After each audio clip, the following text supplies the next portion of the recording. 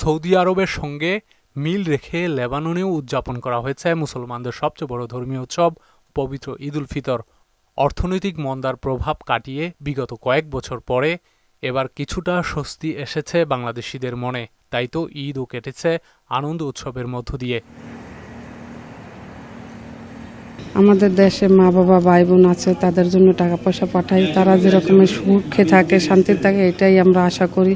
তাদের সুখই আমাদের সুখ। সুদবিহীন ব্যাংকিং এ আত্মশুদ্ধির পথ এনআরবিসি ব্যাংকের ইসলামিক ব্যাংকিং আল আমিন। লেবাননে ঈদের প্রধান জামাত অনুষ্ঠিত হয় বৈরুতের আল আমিন মসজিদে। দেশটির রাষ্ট্রপ্রধান সহ গুরুত্বপূর্ণ ব্যক্তি, বাংলাদেশ দূতাবাসের কর্মকর্তা সহ প্রবাসী বাংলাদেশিরা ঈদের নামাজ আদায় করেন।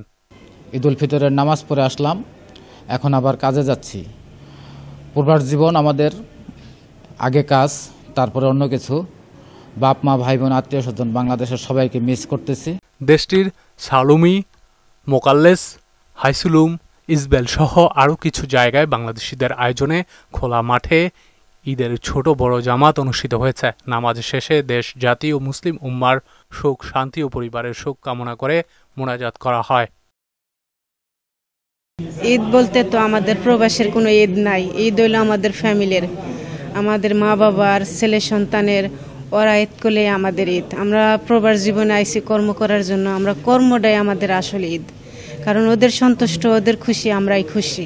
গত বছরের তুলনায় লেবাননে এবার ঈদ কেটেছে আনন্দে। তবে অনেককে ঈদের নামাজ শেষে কাজে যোগ দেয় তাদের ঈদের আনন্দ পরিণত হয়েছে বিষাদে।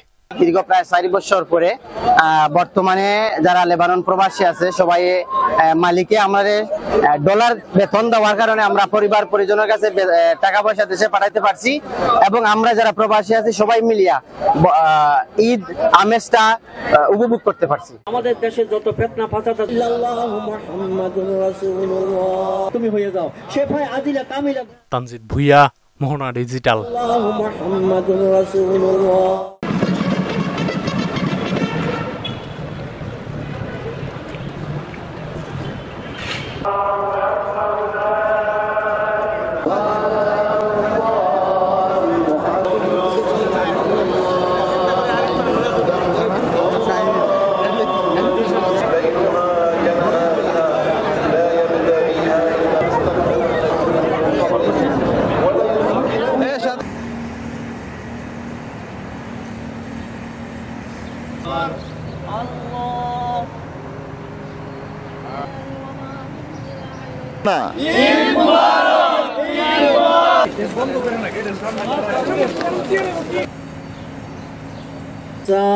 اللهم اهدنا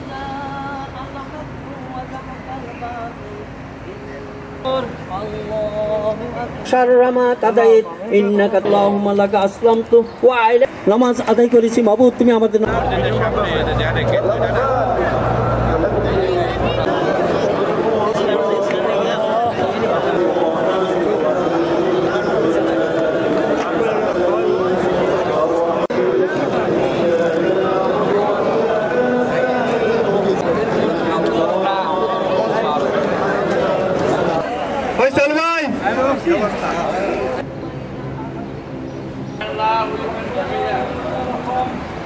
আমাদের দেশে যত ফিতনা ফাসাদ আল্লাহু মুহাম্মাদুর রাসূলুল্লাহ।